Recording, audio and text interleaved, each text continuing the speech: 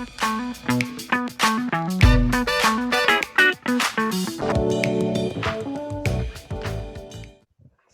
pagi, selamat siang, selamat sore, selamat malam kepada semua pendengar Kastrat IMS FTUI 2020. Kali ini moderator adalah gua, Dika Mahendra dari Teknik Lingkungan 2018. Ya, perkenalkan Timo dari Sipil 2018 sebagai moderator pada hari ini. Oke, kali ini bahasan kita tuh cukup menarik untuk podcastnya. Kalau sebelumnya tuh kita tentang pemberdayaan wanita, kali ini kita tentang apa nih, Mo? Aduh, topik hari ini nih menarik banget, Didik. Karena semua dunia itu pasti udah tahu topik inilah. Jadi topik yang akan kita bahas kali ini sebenarnya termotivasi atau terimprovisasi dari kasusnya si George dari Amerika Serikat. Coba dong, Dik, lu ceritain dikit. Kira-kira kasus si George dari Amerika Serikat ini tentang apa sih, Dik? Oke, jadi sebelumnya gini sih, ini kita ingin menjawab juga dari teman-teman semua yang emang pengen ngebahas tentang ini dan ngomong ke Kastrat bahwa BLM ini penting, kita akan ngebahas dan inilah bahasannya, kurang lebih seperti ini. Oke, jadi singkat cerita, pada tanggal Senin tanggal 25 Mei 2020 itu ada kasus pembunuhan terhadap orang berkulit hitam yang bernama George Floyd. Lokasinya ada di Minneapolis, Minnesota, US.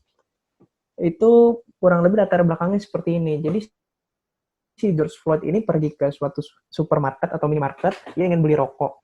Dan ia membayarnya itu dengan uang $20 yang dianggap palsu. Kemudian si pemilik swalayannya ini melaporkan ke polisi dengan protokol yang berlaku di kota tersebut. Setelah itu polisi menghampirinya dan setelah itu terjadilah yang namanya pembekapan. Si George Floyd ini dibekap di aspal dengan kondisi ia tengkurap ya dalam bahasa yang sering kita dengar, dan lehernya itu ditahan oleh kaki si polisi sehingga ia tidak bisa bernafas. Kurang lebih rekamannya seperti ini, bisa didengar.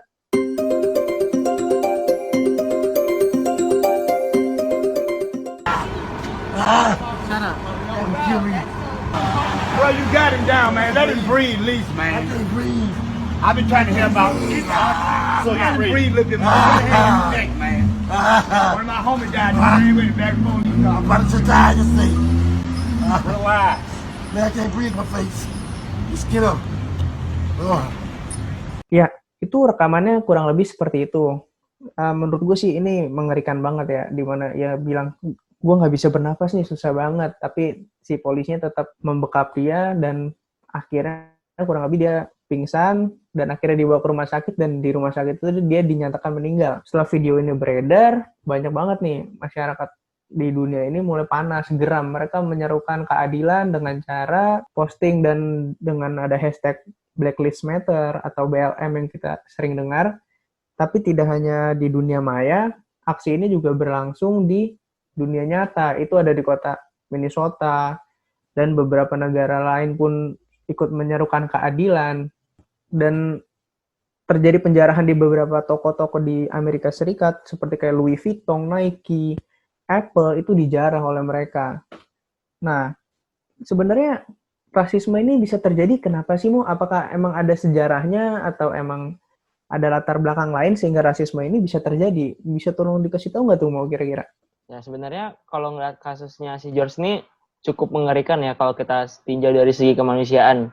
Dari yang gue baca nih, gue sempat baca di beberapa media dan komentar-komentar di media sosial, kalau kasusnya si George ini terjadi akibat dua hal nih, Dik. Gak cuma rasisme semata, tapi kasusnya si George ini bisa terjadi akibat kekerasan aparat juga. Coba ya, gue coba jelasin satu-satu. Kalau dari rasisme nih, kalau kita tinjau dari sejarahnya, sebenarnya rasisme itu udah ada lama berbarengan dengan peradaban manusia nih.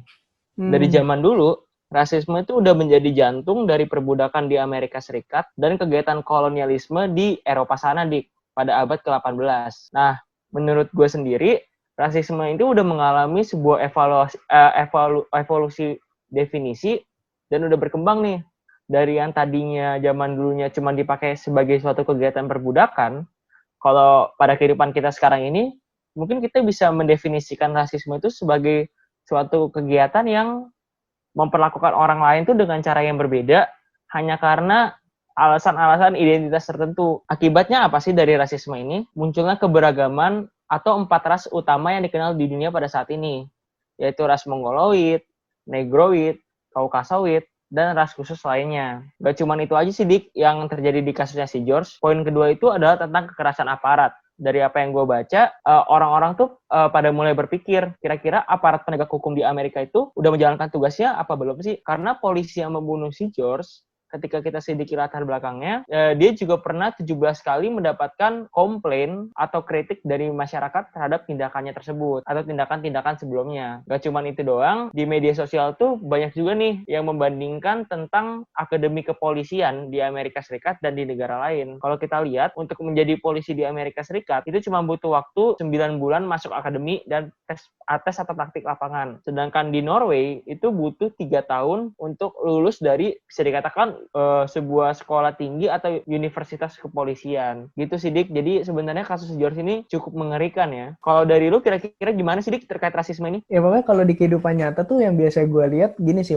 rasisme tuh terjadi hanya dalam bentuk lisan. Itu baik ada di media sosial atau di kehidupan nyata dengan cara mengatai orang. Tapi itu pun udah nggak benar kan. Dan kalau tadi lu ngejelasin nih mantep banget, dimana dikasih tahu bahwa sebenarnya ada empat ras utama di dunia. Buat teman-teman yang belum tahu tuh sebenarnya ras Mongolo itu ras yang berkulit kuning, biasanya ada di Asia dan Amerika Utara. Kemudian ada ras Negroid, itu yang biasa kita lihat dengan orang-orang dengan kulit hitam yang berasal dari Afrika misalnya. Dan ada ras Kaukasoid, itu biasanya orang-orang berkulit putih dari kawasan Eropa dan Mediterania. Dan ras berikutnya adalah ras-ras khusus lainnya seperti Australoid dari Australia, Polynesian dari Polinesia, dan lain-lain. Itu kurang lebih. Dan kalau kita lihat sebenarnya yang terjadi saat ini berarti adalah pertentangan antara ras Negroid dan ras Kaukasoid, di mana orang-orang kulit hitam ini didiskriminasi oleh orang-orang kulit putih. Dan kalau kita lihat lagi sebenarnya di Indonesia sendiri ya itu sering terjadi sih, kita sering mensuperiorkan orang-orang kulit putih, nggak tahu kenapa. Mungkin ya kalau lu tadi jelasin tentang perbudakan dan segala macam. Dan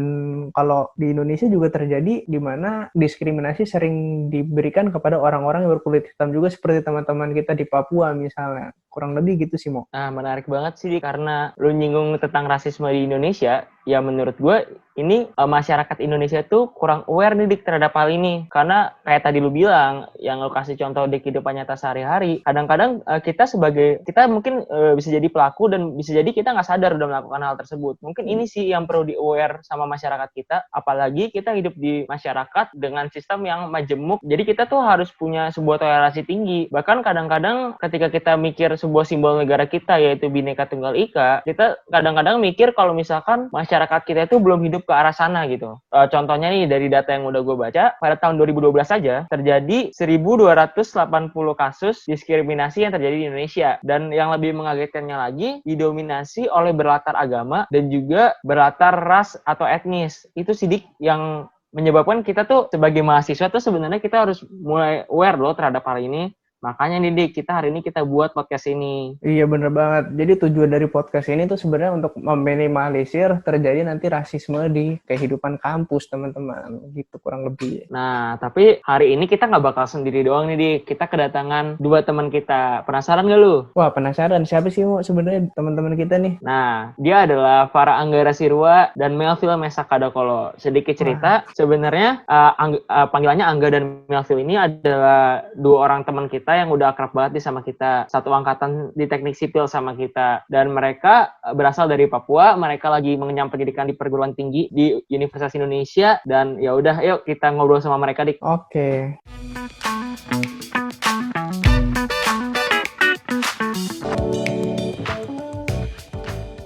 Ya, oke. Hari ini jadi kita kedatangan 2 bintang tamu, teman kita sendiri nih. Ada Angga dan Melville. Halo Angga, halo. Melville. Halo juga. Halo, Mantep banget nih kita ya. Coba perkenalan diri dulu deh dari Melville. Perkenalkan, nama gue Melville Kadakolo dari Sipil UI 2018. Nah, coba enggak? Ya, perkenalkan, nama saya Iksanul Farah Anggara Sirwa dari Hubungan Internasional Universitas Muhammadiyah Malang 2019. Asik. Mantap. Udah nggak sipil lagi ya, enggak ya? Mantan sipil 18 lah kira-kira. Oke. Coba ada pertanyaan personal dulu nih buat Angga. Kenapa sih pindah dari sipil ke hubungan internasional? Jadi karena dari awal memang tidak ada niat di sipil. Jadi bukan karena dirasisin teman-temannya kan? Enggak, teman-teman baik kok. Sangat baik teman-teman. Sipil 18 luar biasa teman-teman. Oke, coba kalau dari Melville, kenapa sipil? lu mutusin buat kuliah di UI jurusan teknik sipil lagi? Jadi sebenarnya kalau ditarik ke belakang lagi, harusnya pertanyaannya kenapa gue kuliah sih? Karena emang awalnya tujuannya nggak kuliah awalnya, pengen masuk Akpol kan. Tapi Coba boleh diceritain ya tuh, Phil. harus ada plan B istilahnya. Nah, makanya gue pilih jurusan teknik sipil di UI. Nah, menurut gue karena di Papua tuh nggak hanya butuhin orang-orang yang bekerja di bagian administratif atau perkantoran atau pemerintahan, tapi juga butuh engineer, mengingat bahwa orang Papua punya banyak sumber daya alam yang harus diolah. Ya, istilahnya orang Papua yang bisa bangun Papua kayak gitu. Jadi gue memilih jurusan teknik. Itu ada dua ya waktu itu pilihannya, teknik kimia sama sipil. Nah, gue dapat teknik sipil gitu. Kurang lebih seperti itu. Asik, keren banget dah pokoknya. Coba deh, kan ini lagi COVID nih. Lu berdua lagi pada di mana sih? Lagi di rumah lah. Di mana Iya, rumahnya? Oh, gue di Sorong. Kalau saya di Manokwari, Papua Barat juga. Ini bisa pakai logat Papua kan? Pakai aja ya. Oke. Nah, sebenarnya gue sama Dika lagi bahas tentang sebuah kasus nih yang lagi hangat banget jadi topik perbincangan di media sosial lah belakangan ini. Yaitu tentang kasusnya si George dari Amerika Serikat. Coba Dik, lo ada yang mau ditanyakan nih, Kang sama Melville? Jadi gini sih, teman-teman. Sebelumnya lu berdua udah pada tahu lah ya tentang si George Floyd ini. Iya, tahu. Oke, kalau menurut kalian tuh gimana sih? Karena kalau kita tuh nganggapnya bahwa ya udah ini kasus yang serius banget nih untuk dibahas. Nah, kalau dari pandangan teman-teman gimana nih? Melville dulu ya. Boleh. Oke. Sebenarnya gue nggak sedalam itu ya ngelihat kasusnya George Floyd. Tapi yang gue tahu, yang pasti bahkan dilihat secara visual pun ini adalah kasus diskriminatif, khususnya kepada orang kulit hitam di Amerika ya. Nah, jadi menurut gue kasus ini sungguh sangat mengecewakan banyak pihak karena ras kulit hitam ini menurut gue sangat kental di masing-masing negaranya dimanapun, bahkan sangat fanatik sama budayanya masing-masing. Dan ini kalau dilakukan seperti ini kepada salah satu warga Amerika yang langsung mendiskriminatif kepada rasnya, sangat mengorek hati nurani orang banyak, khususnya orang kulit hitam. Nah, menurut gua kasus ini sangat mengecewakan bagi orang-orang kulit hitam dimanapun berada, entah itu di Indonesia, Afrika, ataupun ras-ras Melanesian lainnya, dan terkhususnya di Amerika. Sangat mengecewakan. Oke, menurut Melville seperti itu. Kalau menurut lu gimana nggak? Kalau menurut saya, sebenarnya saya menganggap kasus ini sangat serius, tapi kasus semacam ini juga itu sangat sering diabaikan oleh banyak orang. Nah, butuh untuk kasus semacam ini, rasisme dan lain-lain, diskriminatif yang tadi kata Melville. Kasus-kasus seperti ini menurut saya itu lalai dari kebanyakan orang. Kalau misalnya kejadian George Floyd itu dia tidak booming kayak sekarang, saya yakin masih sangat banyak gitu perilaku diskriminatif terhadap orang-orang yang berkulit hitam, baik di Amerika, di luar negeri ataupun di Papua sendiri. Jadi ya saya pikir kasus ini sangat penting untuk diselesaikan, dibahas secara utuh gitu. Mungkin begitu. Ya, makasih Angga, makasih Melville. Sebenarnya sama sih apa yang udah gue sama Dika simpulin tadi di obrolan awal. Kalau misalkan kasus ini tuh terjadi akibat sifat diskriminatif, sikap-sikap rasisme. Nah, kalau menurut lu berdua, rasisme itu apa sih? Coba deh dari Angga. Rasisme itu sikap atau mungkin perilaku orang yang merendahkan orang lain. Kan kalau mungkin di negara-negara yang memiliki orang-orang yang berkulit hitam dan lain-lain itu mungkin identik dengan rasisme dari orang kulit putih kepada kulit hitam, karena kulit hitam itu sejarahnya dia budak atau mungkin banyak yang bilang juga mirip monyet dan lain-lain. Nah, mungkin itu menurut saya rasisme itu satu perilaku yang merendahkan satu etnis atau satu kelompok lah, kira-kira begitu. Oke, makasih Angga. Nah, kalau menurut lu Melville gimana, Phil? Rasisme itu Menurut apa? menurut gua sih nggak beda jauh ya sama Angga. Jadi rasisme ini adalah suatu tindakan penghinaan ataupun diskriminatif kepada kaum kulit hitam, apalagi bisa dibilang pun kepada kaum minoritas negara. Apalagi kita sejujurnya orang Papua juga bisa dibilang minor ya di Indonesia kayaknya untuk ras kulit hitam di Papua. Nah, itu kadang karena faktor minoritas juga bisa dibilang terjadilah hal seperti itu di suatu negara, kayak gitu sih. Hal-hal tindakan diskriminatif kepada orang-orang yang ras kulit hitam di Indonesia ataupun di negara lain. Oke, menarik banget nih obrolannya. Jadi kayak udah disinggung Angga sama Melville, kalau rasisme di Indonesia tuh emang terjadi dan identik terjadinya itu di Papua. Coba buat gua sama Dika yang belum pernah ke Papua, gimana sih kabar Papua sekarang ini? Kabar ya. Sekarang kalau kita lihat ya, secara keseluruhan Papua itu sedang tidak baik-baik saja, baik Provinsi Papua Barat ataupun Papua. Kenapa? Di satu sisi, operasi militer di Papua itu secara terus-menerus dilakukan oleh negara. Sangat disayangkan sebenarnya itu. Nah, di sisi lain dengan adanya wabah ini dan fasilitas kesehatan di Papua yang belum terlalu memadai untuk menanggulangi kasus-kasus ini, itu menjadikan banyak orang Papua terancam oleh pandemi COVID-19 ini. Apalagi dengan diterapkannya new normal oleh Presiden Joko Widodo, itu menurut saya hal yang kejam ya, karena saya melihat new normal ini sebagai hukum rimba. Yang kuat bisa bertahan, yang lemah ya mati gitu. Jadi singkat saya, Papua sedang tidak baik-baik saja. Udah. Oke, coba deh buat Melville. Phil, gimana Phil? Kabar Sorong? Kabar Sorong, kalau dibilang Sorong dengan Papua Barat ya nggak beda jauh ya. Sekarang bisa dibilang bahwa kita orang Papua ini, puji Tuhan masih bisa hidup di tengah angka gizi buruk yang tinggi, ekonomi yang tidak merata, dan juga apalagi di masa pandemi kayak gini kan banyak pekerja-pekerja harian yang juga tidak bisa berbuat apa-apa kan. Ya mungkin saudara-saudara yang di pelosok sudah lebih terbiasa dengan hal seperti ini. Sangat miris lah dibilang. Ditambah lagi apalagi di Sorong, kalau mau tahu di Sorong akhir-akhir ini tuh banyak narapidana yang keluar ya, jadi banyak muncul kasus-kasus kriminalitas di jalanan. Ya pokoknya benar sih kata Angga, Papua sedang tidak baik-baik saja. Bahkan kondisi Papua ini dijadiin karya loh sama orang Papua sendiri. Karya Kalau pernah gimana dengar tuh? lagu tuh, ada tuh lagu Papua, orang bilang kita tidur di atas emas, tapi mau makan saja harus jualan pinang. Nggak asik dong. Coba nyanyiin. Coba Melvin. Lah nyanyi nih. Penyanyi. Iyalah, Melville kan anggota Civil Music Community. Ayo Melville, silakan. Orang bilang kita orang tidur di atas emas, tapi mau makan saja harus jualan pinang. Orang bilang surga tapi penuh air mata. Terus apa lagi gue apa? Asik. Mantap. Kira-kira artinya apa tuh, Phil? Bertolak belakang dengan yang dilihat publik. Kalau lihat akhir-akhir ini tuh ada video TikTok yang sumpah gue nggak suka banget videonya gitu. Kayak nunjukin ini yang orang pikirkan tentang Papua, tapi ini yang terjadi di Papua. Jadi ditunjukin videonya tuh nunjukin Raja Ampat. Iya sih Raja Ampat bagus, nunjukin ada bangunan-bangunan yang berdiri di kota-kota kayak Sorong, Jayapura, tapi kita nggak tahu hari-hari ini tuh banyak hutan sagu yang digusur untuk kelapa sawit. Pokoknya banyaklah hal-hal yang terselubung yang tidak banyak orang-orang luar tahu. Sampai saat ini masih orang Papua sendiri yang merasakan hal tersebut. Semoga suatu saat pemerintah bisa sadar, bisa melihat lebih jeli lagi gimana keberadaan Papua saat ini. Oke, berarti menarik banget ya, kita sekarang tahu bahwa kabar dari teman-teman kita di Papua tuh sedang tidak baik-baik saja ya di masa pandemi seperti ini.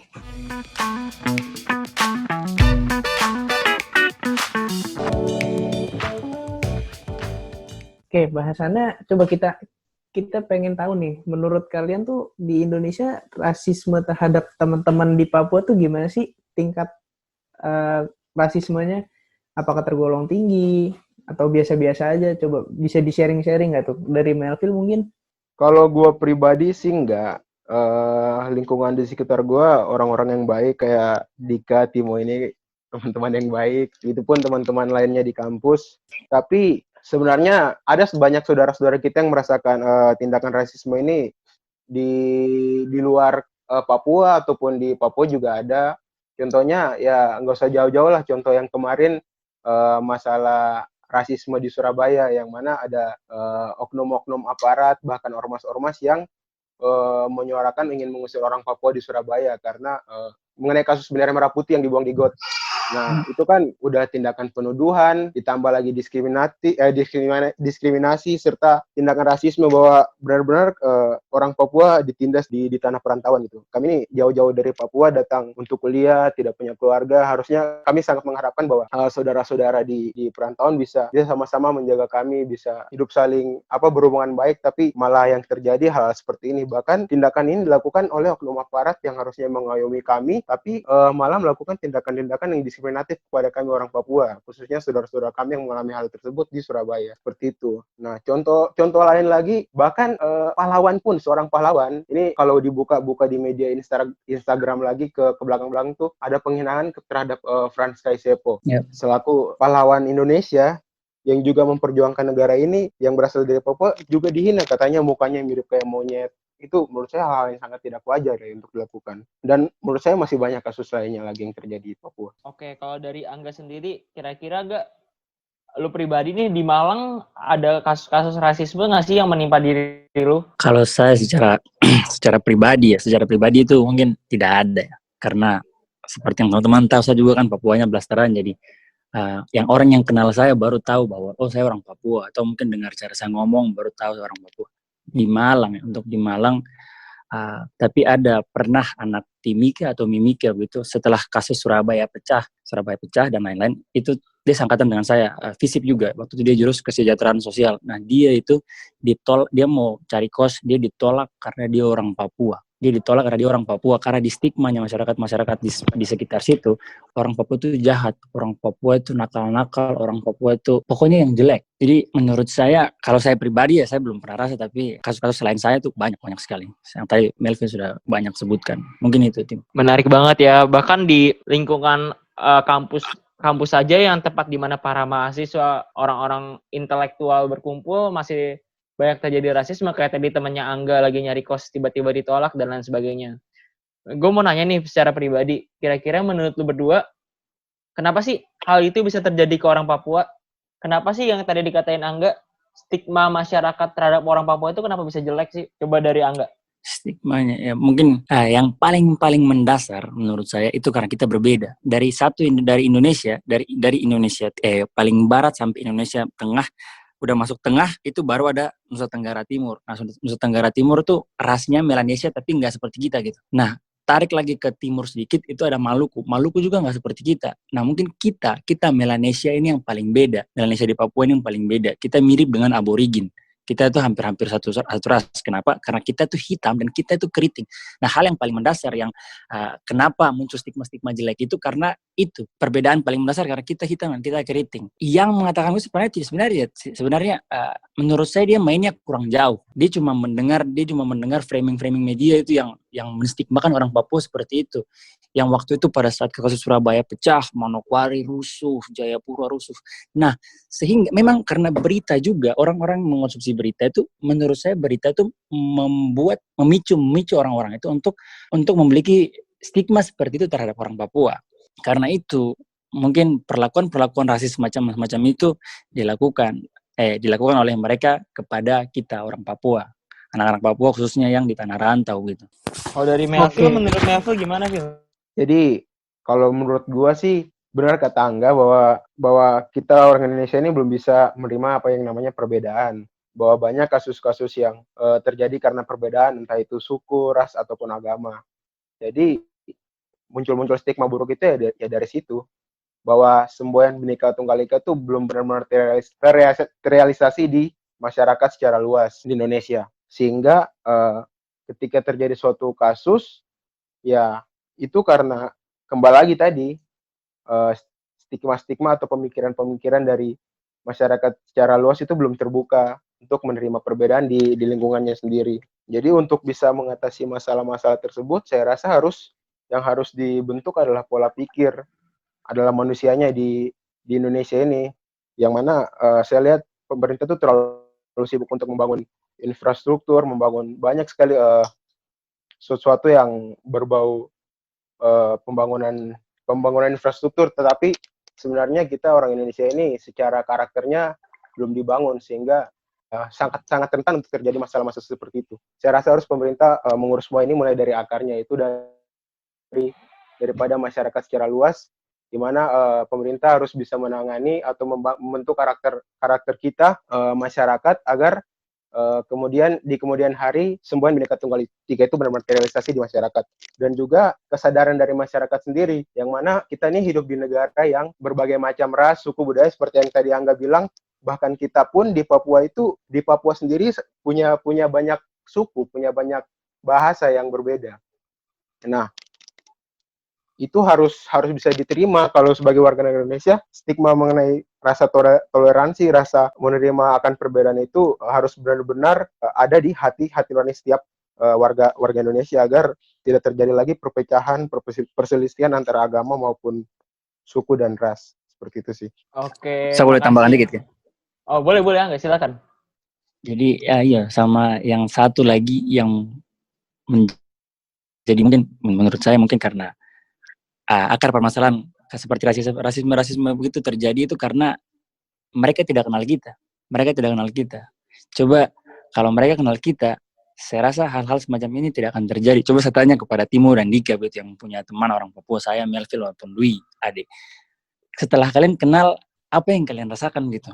Apakah yang dimakan orang-orang itu tepat atau melenceng jauh? Coba. Simpel sih. Kalau menurut gue sih setelah kita kenal ya, gue kenal lu Angga, gue kenal Melvin, gue kenal Ade, itu sama sekali nggak ada rasa untuk ngejudge kalian, karena ya udah kita, ya gue merasa bahwa ya udah kita sama-sama orang Indonesia juga, sama-sama makan nasi, istilahnya ngapain gue nggak punya hak buat ngejudge kalian gitu kan. Kalau dari gua nih, gua kan satu kamar sama Ade dan juga Melville lah di kosan. Gue sering ngerasa kalau apa yang dipikirkan orang-orang tentang mereka itu sebenarnya belum on track gitu. Kadang-kadang beberapa orang pun mikir kayak, gue males lah sekelas sama Ade Melville karena akademisnya pasti kacau. Tapi dari apa yang gue tahu, mereka juga sama kok kayak kita semua mahasiswa. Mereka juga belajar buat ngejar akademis mereka. Jadi yang gue maksud di sini adalah, bener kata Angga tadi, gue setuju di poin kalau misalkan mereka tuh belum kenal sama orang Papua secara menyeluruh. Yeah. Gitu sih ya. Iya, itu sih. Jadi kalau menurut saya kalau mereka sudah kenal itu hal-hal semacam itu tidak akan terjadi, karena ada satu kasus di mana kalau saya tidak salah itu ada satu orang guru atau suster gitu. Jadi datang mengajar satu kampung atau datang melayani satu kampung lah. Nah, itu ada satu mama Papua, dia tidak punya harta, dia tidak punya uang apa-apa, dia bawakan sayur satu noken besar. Noken itu kan tas yang khas yang Papua itu. Dia bawa sayur satu noken besar buat guru itu dan bilang anak, mama tidak punya apa-apa untuk kasih anak, tapi mama cuma punya sayur untuk anak makan saja. Mama minta maaf. Dan yang menyentuh hati nurani, mama ini dia tidak minta uang sepeser pun untuk sayur-sayuran itu. Nah, menurut saya ya mereka harus kenal kita sebelum mereka menjudge kita kasar dan lain-lain. Itu sih. Oke, menarik banget jadi nih. Pada intinya, berarti kalau kenali hatinya, bukan kenali itu dari hatinya, bukan fisiknya. Oke. Menarik banget nih apa yang udah Angga sama Melville sampai ini teman-teman, terkait kalau misalkan kita tuh sebagai orang Indonesia belum aware loh tentang identitas bangsa kita sendiri. Kalau kita tuh terdiri dari berbagai macam suku dan ras yang beraneka ragam. Kita tuh harus bisa hidup dalam iklim pluralisme yang berdampingan supaya tuh kita terbebas dari masalah ini. Karena bagaimana kita dapat move on untuk menyelesaikan masalah-masalah kebangsaan yang lainnya seperti resesi ekonomi, kalau identitas diri aja tuh kita masih kacau begini.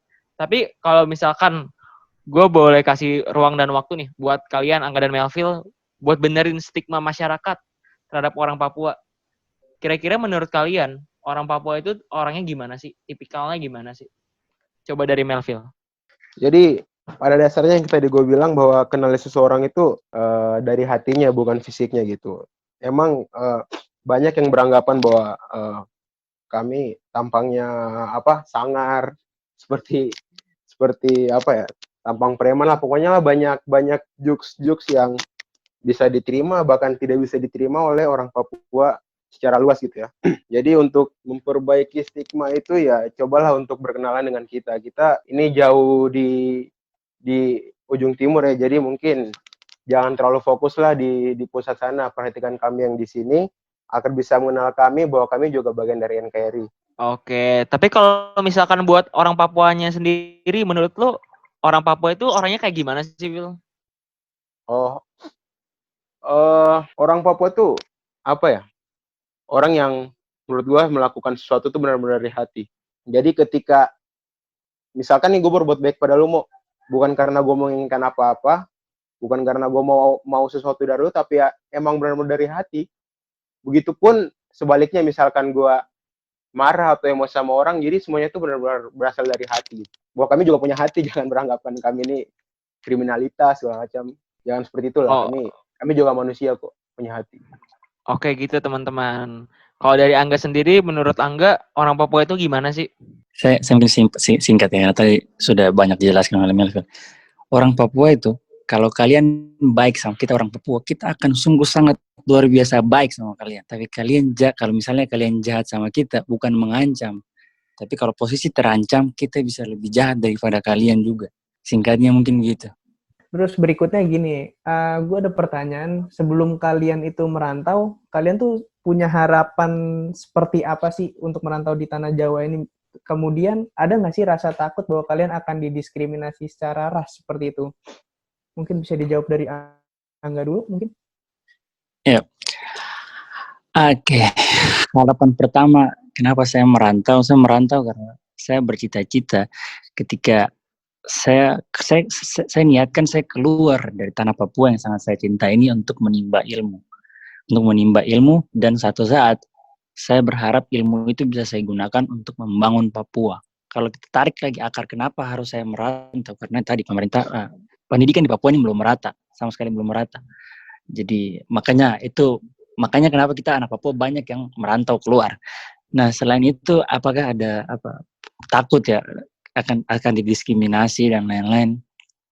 Kalau saya secara pribadi bukan bermaksud untuk menyombongkan diri atau apapun, saya tidak takut sih. Kalau saya menganggap orang-orang yang rasis dan lain-lain, saya anggapnya mainnya kurang jauh, pemikirannya masih kolot dan lain-lain. Jadi kalau saya pribadi, kalau orang itu menghina saya pribadi, saya secara pribadi, saya akan sudah biasa aja. Tapi jangan coba-coba orang itu tersebut yang mau menghina saya, menghina ras saya, menghina keluarga saya, menghina Papua saya, itu saya bisa sangat marah. Walaupun saya sendiri, walaupun harus mati, ya nggak apa-apa lah. Jadi begitu. Kalau untuk dia menghina saya pribadi, saya tidak takut sama sekali. Dan lain-lain gitu. Mungkin saya begitu. Mantap banget jawabannya dari Angga. Gimana nih Phil, kalau lu gimana sih harapannya pas lu mau merantau, dan ada nggak sih rasa takut lu dirasisin di sini? Harapan gua, kami orang Papua tuh, benar sih kata Angga, bahwa pendidikan belum merata, makanya ketika orang Papua tuh bisa berkuliah di Jawa adalah suatu kebanggaan bagi orang tuanya. Kamu bisa merantau itu adalah suatu kebanggaan, bahwa ya karena apa? Kenapa menjadi sangat bangga? Karena itu pendidikan di Papua sangat belum memadai, bahkan tidak setara dengan pendidikan yang ada di daerah-daerah lain, apalagi di Jawa dibandingin dengan Papua itu sangat jauh. Jadi yang gue harapkan dapat banyak pengalaman hidup dan juga menimba ilmu yang jauh lebih banyak ya di sini di daerah di perantauan ketika berkuliah. Dan harapan gue yang paling dalam adalah semoga gue bisa kembali dan membangun Papua gitu dari perantauan ini. Dan untuk merasa didiskriminasi atau itu kalau gue secara pribadi nggak pernah takut sama hal tersebut gitu, bahwa ya kalau gimana ya, mungkin gue sudah bisa lah untuk bagaimana mengatasi itu. Mungkin dari secara mental gue udah benar-benar siap. Jadi kalau ketika kita akan merantau, bahwa hal seperti itu terjadi di diri gue udah sebenarnya udah siap. Tapi sangat prihatin kepada saudara-saudara gue yang harus merantau dan ternyata mengalami penindasan atau tindakan tersebut dengan mental yang belum siap. Itu menurut gue sangat kasihan lah kalau terjadi hal tersebut kepada saudara-saudara gue. Dan untungnya kami di UI ini sampai saat ini belum terjadi ya tindakan tersebut kepada kami dari pribadi lepas pribadi gitu. Oke, keren banget Angga Melville. Ya, semoga harapannya tercapai ya. Sebagai orang Papua, membangun Papua. Amin. Nah, Amin. dari gue nih, ketika kita berbicara tentang solusi, kira-kira pendekatan seperti apa sih yang harus digunakan oleh pemerintah Indonesia, masyarakat Indonesia, ataupun stakeholder lainnya, supaya masalah rasisme terhadap orang Papua itu selesai gitu, nggak terjadi lagi. Kira-kira menurut lo pendekatan seperti apa sih yang harus dilakukan? Coba dari Angga dulu deh. Oke, saya. Begini, salah satu presiden yang berhasil mendekati orang Papua dan sangat-sangat dicintai orang Papua itu Presiden Abdurrahman Wahid, atau yang biasa kita kenal itu dengan Gus Dur. Nah, kenapa? Kenapa Gus Dur sangat dicintai orang Papua, padahal dia buta, dia memiliki segala kekurangan yang dia punya, dan lain-lain. Kenapa? Karena dia mendekati orang Papua itu dari hati ke hati, dan dengan niat ikhlas tulus dari dalam hati. Dan orang Papua melihat hal itu. Saat saat waktu itu zaman Soeharto, zaman Habibie dan lain-lain, orang Papua ditangkap, dimasukkan ke dalam penjara, ditindas sampai habisan.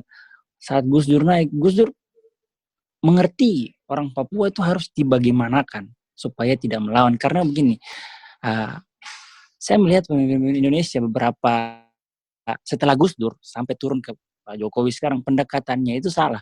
Pendekatannya itu pendekatan militer. Nah, hakikat orang kalau ditindas itu pasti melawan. Apalagi ketika yang ditindas orang yang berwatak keras, kepala batu, dan ngotot-ngotot seperti kita orang Papua. Nah, menurut saya yang harus pemerintah lakukan untuk mendekati orang Papua secara umum atau sehingga kasus rasis ini bisa selesai, ya pendekatannya dengan hati. Jangan karena ada maunya terus mendekati, tapi karena memang benar-benar niat untuk merangkul, bahwa benar-benar ingin merangkul kita sebagai saudara yang katanya sebangsa dan setanah air. Itu harusnya dengan hati ikhlas, bukan karena kepentingan lain-lain. Nah, dan kalau misalnya punya motif-motif tersendiri, itu sekecil apapun, sepintar apapun, itu orang Papua pasti bisa melihatnya. Karena ada pepatah bilang sepandai-pandainya tupai meloncat pasti jatuh juga. Nah, itu menurut saya pendekatannya harus pakai hati dan tidak atas dasar kepentingan apapun. Mungkin itu dari saya. Kalau gue nambah dikit gak, kalau buat masyarakat Indonesia nih, orang-orang Indonesia, pendekatannya seperti apa sih harusnya ke orang Papua? Oke, begini, menurut saya kalau untuk kita anak rantau ya, kalau memang benar-benar orang Indonesia itu dia benar-benar Indonesia yang berpegang teguh pada Bhinneka Tunggal Ika, Pancasila dan lain-lain lah, itu seharusnya ketika dia melihat kita orang Papua jauh dari tanah Papua, dari timur ke barat untuk menimba ilmu, mereka seharusnya melindungi kita sebagai yang katanya saudara sebangsa setanah air, itu bukan malah melakukan hal sedemikian. Harusnya kita itu, menurut saya ya, karena kalau melihat hal-hal yang terjadi sekarang itu justru melenceng jauh dari apa yang dicita-citakan bangsa Indonesia ini, yang Bhinneka Tunggal Ika, berbeda tetap satu. Nah, harusnya menurut saya orang-orang di tanah rantau itu harusnya bisa menerima kita sebagai saudara yang merantau jauh, bisa dilindungi, bisa diayomi, bisa diterima di lingkungan, supaya perilaku rasis itu bisa hilang. Dan mungkin kurang membaca, kurang literasi, kurang belajar juga mungkin, karena makanya itu perilaku seperti itu bisa muncul rasisme dan lain-lain. Mungkin itu, Timo.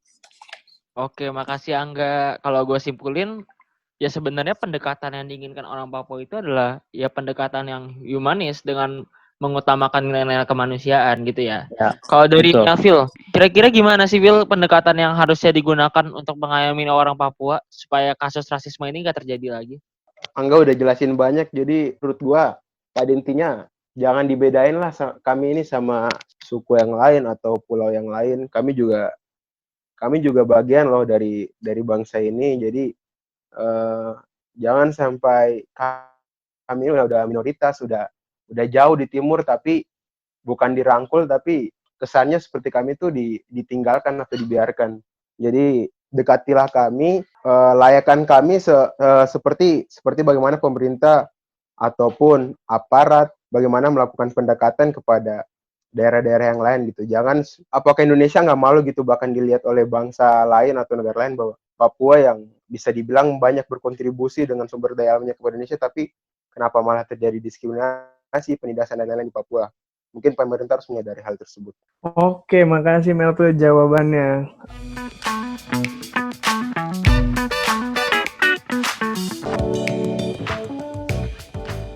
Terus berikutnya nih, tadi udah dijelasin juga gimana sebaiknya kita masyarakat Indonesia maupun pemerintah bersikap ke teman-teman semua tanpa membedakan rasnya. Terus sekarang pertanyaannya gini sih, lebih ke arah harapan kalian nih, kan kita udah lihat George Floyd seperti itu dan beberapa kasus rasisme lainnya. Harapan kalian nih gimana sih terhadap kasus rasisme di Indonesia supaya berkurang gitu, meminimalisir tingkat rasisme di Indonesia? Mungkin bisa dijawab dari Angga dulu. Menurut saya, bagaimana cara supaya meminimalisir rasisme? Waduh, pertanyaannya berat juga.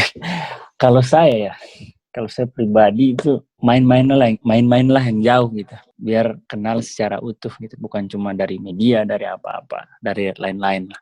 Biar kita bisa mengerti dan menyikapi karakteristik orang lain secara tepat. Karena kenapa saya bilang begitu? Karena banyak juga orang yang bilang, oh orang Papua ini ngomongnya kayak nggak bisa pelan dan lain-lain. Nah makanya itu saya bilang tadi butuh main yang jauh, karena mereka harus tahu dulu kenapa kita ngomongnya kencang dan lain-lain, karena kita hidup di pantai, di pinggir pantai yang membutuhkan suara yang keras untuk berkomunikasi karena angin laut dan lain-lain. Mungkin cara-cara seperti itu bisa meminimalisir tingkat rasisme. Nah selain itu mungkin dari pola pikir yang harus diubah, perbanyak literasi dan lain-lain sehingga bisa menerima perbedaan secara utuh. Kalau dari Melville gimana, Phil? Kalau dari gua, selain yang Angga bilang tadi udah benar. Kalau dari gua ya semoga pemerintah tidak kelalaian lagi lah terhadap kasus-kasus seperti ini.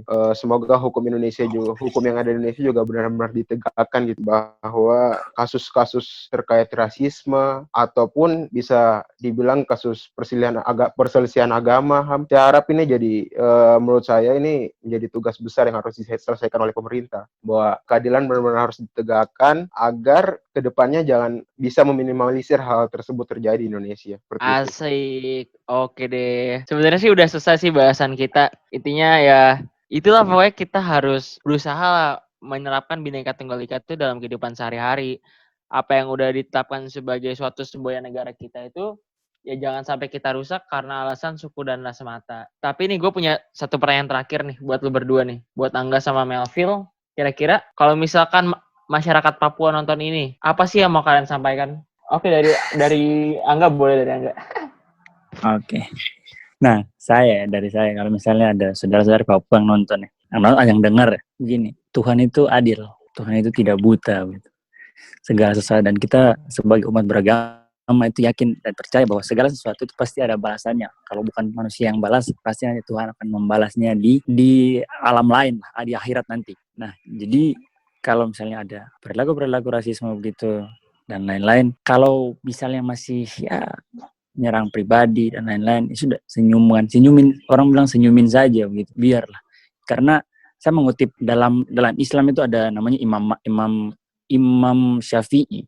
Nah, Imam Syafi'i itu dia bilang gini, Imam Syafi'i salah satu mazhab yang dipakai. Mazhab yang dipakai Indonesia itu mazhab Syafi'i. Nah, Imam Syafi'i itu bilang begini, saya itu bisa berdebat dengan 10 orang berilmu dan saya selalu menang. Tapi saya selalu kalah berdebat dengan 1 orang bodoh. Nah, menurut saya, apa hubungannya? Ya kalau orang bertindak rasis kepada kita, ya sudah biarkan saja karena mereka bodoh, tidak usah ditanggapi dengan serius gitu. Kalau misalnya sudah menghina di luar batas wajar, barulah oke kita melawan. Tapi selama masih batas wajar, ya biarkan saja mereka. Kalau ngomong capek pasti diam juga. Mungkin itu sih dari saya, Timo. Keren banget Angga. Kalau dari Melville gimana, Phil, kira-kira pesan-pesan terakhir lah untuk disampaikan ke masyarakat berat Papua? Nih ya bahasanya Angga. Calon presiden. Itu tadi Imam Syafi'i itu Abdullah Syafi'i ya, gak? Bukan. Imam Syafi'i itu dia salah satu ulama lah yang mazhab ini apa sih, ya Allah? Ya mazhab. Itulah pokoknya. Oke lah. Ulama besar yang dihormati oleh umat Muslim di seluruh dunia lah. Salah satunya di Indonesia. Nah, kalau Dika oke lah, wajar, nggak tahu. Ini produser kita Nadine, tahu nggak Nadine? Kayaknya dia nggak tahu juga deh. Tahu kan, Mu? Nggak tahu dia. Oke, kita balik ke Melville ya. Pesan gua untuk saudara-saudara di Papua, kita orang Papua tuh punya fisik yang kuat tapi juga punya hati yang lebih kuat ya menurut saya. Jadi pergunakan itu dan percaya bahwa semua masalah yang terjadi di saat ini pasti akan berakhir. Kapanpun semua pasti punya waktunya. Jadi tetap berjuang apalagi untuk teman-teman yang di perantauan, apa yang menjadi cita-cita, tetap perjuangkan itu dan jangan peduli dengan omongan orang lain, karena orang tidak akan bisa sukses kalau terus mendengar omongan dari orang lain. Oke. Makasih Melville buat saran-sarannya. Oke, Dik, lu mau pesan terakhir nggak, Dik? Apa gue dulu? Lu dulu aja. Oke, kalau dari gue, Timo, Dika, Melville, Angga, kita sama-sama warga negara Indonesia. kita sama-sama lahir, tinggal, dan menimba ilmu di Indonesia, ya kita jadikanlah itu sebagai kekuatan bangsa. Karena percaya tidak percaya, bangsa Indonesia itu besar bukan karena kepintaran, bukan karena kekayaan, bukan karena sumber daya alam. Bangsa Indonesia itu besar karena bangsa Indonesia beraneka ragam, karena bangsa Indonesia punya segala macam yang ia butuhkan oleh manusia-manusianya. Menurut gue itu sih yang mesti kita jadiin pegangan di hampir 75 tahun kemerdekaan Indonesia. Jangan sampai perbedaan yang ada ini justru menjadi hambatan. Justru harusnya perbedaan yang ada ini menjadi peluang buat negara kita buat terus maju.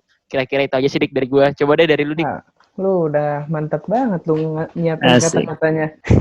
Ya udah, kalau dari gue gini sih. Oke. Akhir kata, kita semua memiliki perbedaan di sini. Ada Angga dan Melville dari Papua, ada Timo dari etnis Tionghoa, dan gue dari etnis Jawa. Tapi perbedaan ini bukan suatu penghalang untuk memajukan bangsa kita, bangsa Indonesia. Semboyan kita merupakan Bhinneka Tunggal Ika, berbeda-beda tapi tetap satu. Dari ujung Sabang sampai ujung Merauke, kita semua memiliki perbedaan. Tapi perbedaan ini merupakan suatu peluang untuk memajukan bangsa kita. Jadi kita sebagai bangsa Indonesia jangan pernah bersikap rasis satu sama lain. Kalau Angga tadi bilang, kita mainlah yang jauh. Kita harus kenal sama teman-teman kita, baik dari ujung timur sama sampai ujung barat kita harus kenal. Karena kita berbeda. Jangan sampai kita ngejudge, tapi kita tidak kenal mereka sebenarnya seperti apa. Gue Dika, sekian. Oke, Dik keren banget. Makasih Angga sama Melville buat waktunya. Sukses Terima terus kuliahnya. kasih. Oke. Terima kasih. Ditunggu ya 5 tahun ke depan panggilan untuk membangun Papua. Anjay. Wow, amin. Amin, amin. Oke, sukses terus kuliahnya buat Melville yang lagi UAS belajar, Phil. Buat Angga juga lagi yang UAS, Angga. Siap. Oke, sekian aja podcast Kasat IMS FTI 2020. Makasih teman-teman semua udah mau mendengarkan cerita kita tentang rasisme dan Papua. Semoga bisa bermanfaat. Gua Timo dan rekan gue. Gue Dika Mahendra.